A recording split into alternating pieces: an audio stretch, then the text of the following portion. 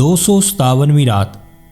شہرزاد نے کہا، جب بادشاہ ننگی تلوار لے کر شہزادے کی طرف بڑھا اور شہزادے نے اسے اپنی طرف آتے دیکھا تو وہ بھی تلوار لے کر اٹھا، اور جب اس نے اس زور سے نعرہ مارا کہ بادشاہ کانپ اٹھا اور جہاں تھا وہیں کھڑا ہو گیا تو شہرزاد نے اپنی کہانی جاری رکھتے ہوئے کہا کہ جب شہزادے نے زور سے نعرہ مارا تو بادشاہ کانپ اٹھا اور اس نے اپنی تلوار نیام میں رکھ لی اور جہاں تھا وہیں کھڑا ہو گیا، اور جب شہزادہ اس کے پاس پہنچا تو بادشاہ اس کے ساتھ بڑی نرمی سے پیش آیا اور کہنے لگا کہ اے نوجوان، تو انسان ہے یا جن؟ شہزادے نے کہا کہ اگر مجھے تیرے مرتبے اور تیری بیٹی کی عزت کا پاس نہ ہوتا تو میں تیرا خون بہا دیتا، تو مجھے کیوں شیطانوں کی طرف منسوب کرتا ہے؟ حالانکہ میں ایران کے ان بادشاہوں کی اولاد میں سے ہوں کہ اگر وہ چاہیں تو تیری عزت اور حکومت کو برباد کر کے چھوڑیں اور تیرے ملک پر قابض ہو جائیں۔ جب بادشاہ نے اس کی باتیں سنی تو سہم گیا، اسے اپنی جان کے لالے پڑ گئے اور کہنے لگا کہ اگر تو بادشاہوں کی اولاد میں سے ہے جیسا کہ تو خود کہتا ہے تو میری اجازت کے بغیر تو میرے محل میں کیوں آیا، اور تو نے کس لیے میری بے عزتی کی اور کیوں میری بیٹی کے پاس آ کر کہا کہ تو اس کا شوہر ہے، اور یہ جھوٹ بولا کہ میں نے تیری شادی اس کے ساتھ کر دی ہے؟ میں تو وہ شخص ہوں کہ جس نے بادشاہوں اور بادشاہ زادوں کو قتل کر دیا جبکہ وہ میری بیٹی کا پیغام لے کر آئے۔ تجھے میری قوت کے آگے کون بچا سکتا ہے؟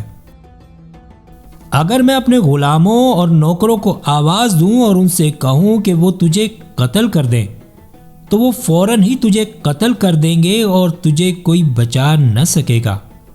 جب شہزادے نے یہ باتیں سنی تو وہ بادشاہ سے کہنے لگا کہ مجھے تجھ پر اور تیری نادانی پر تعجب ہوتا ہے۔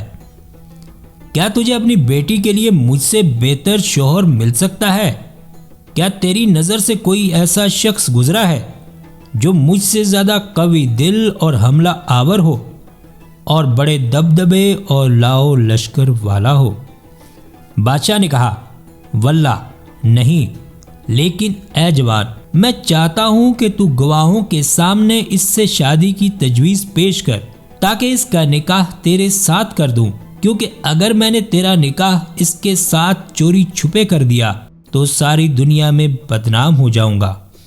شہزادے نے کہا کہ اب تو نے معقول بات کہی ہے، لیکن اے بادشاہ، اگر تو نے اپنے غلاموں اور نوکر چاکروں اور لشکر لے کر میرے اوپر چڑھائی کر دی اور جیسا کہ تیرا خیال ہے انہوں نے مجھے قتل کر دیا تو اس صورت میں کیا تیری بدنامی نہ ہوگی؟ بعض لوگ تجھے سچا جانیں گے اور بعض جھوٹا۔ اے بادشاہ، میری رائے یہ ہے کہ تو میرا کہنا مان۔ بادشاہ نے کہا کہ تو کیا کہتا ہے؟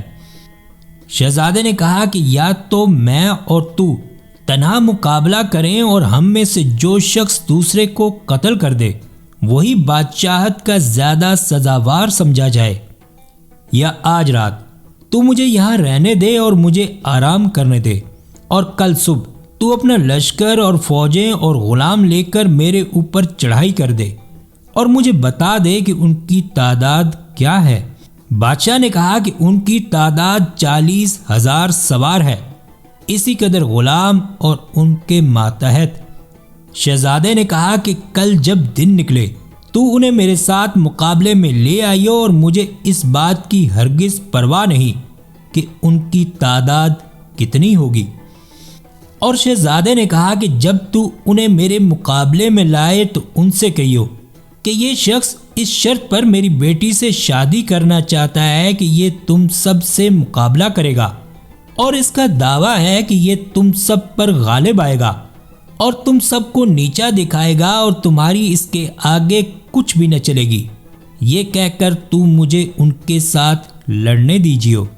اگر انہوں نے مجھے قتل کر دیا تو تیرا بھید چھپا رہے گا اور تیری عزت بچی رہے گی، اور اگر میں نے غالب آ کر انہیں نیچا دکھایا تو میں اس قابل ہوں کہ بادشاہوں سے رشتہ ناتا قائم کروں۔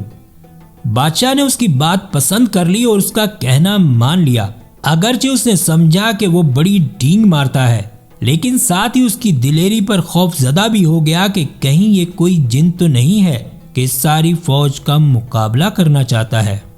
اس کے بعد بادشاہ نے اپنے نوکروں کو حکم دیا کہ اس کی خوب آؤ بھگت کی جائے اور اس کے لیے ہر قسم کے کھانوں کا انتظام کیا جو میسر ہو سکتے تھے، اور اس کے بعد شہزادے کو اپنے پاس بٹھا لیا اور اس سے باتیں کرتا رہا۔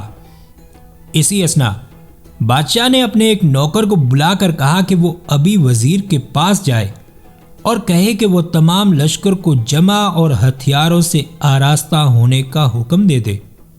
نوکر وہاں سے رخصت ہو کر وزیر کے پاس پہنچا اور اس کو بادشاہ کا حکم پہنچایا، اور وزیر نے فوجی سرداروں اور امراء کو حکم دیا کہ وہ سب صبح ہوتے ہی گھوڑوں پر سوار ہو جائیں اور اپنے ہتھیار لگا کر جنگ کے لیے آمادہ ہو جائیں۔ ادھر بادشاہ وہ شہزادے کے ساتھ بات چیت میں مصروف رہا اور اس کو اس کی باتیں اور عقل و تمیز بہت پسند آئی۔ وہ باتیں ہی کر رہے تھے کہ صبح ہو گئی۔ اب بادشاہ شہزادے کے پاس سے اٹھ کر اپنے تخت پر جا بیٹھا، فوج کو حکم دیا کہ سوار ہو جائے اور اپنے بہترین گھوڑوں میں سے ایک عمدہ گھوڑا شہزادے کی سواری کے لیے پیش کیا اور حکم دیا کہ اس کا ساز و سامان نہایت عمدہ ہو۔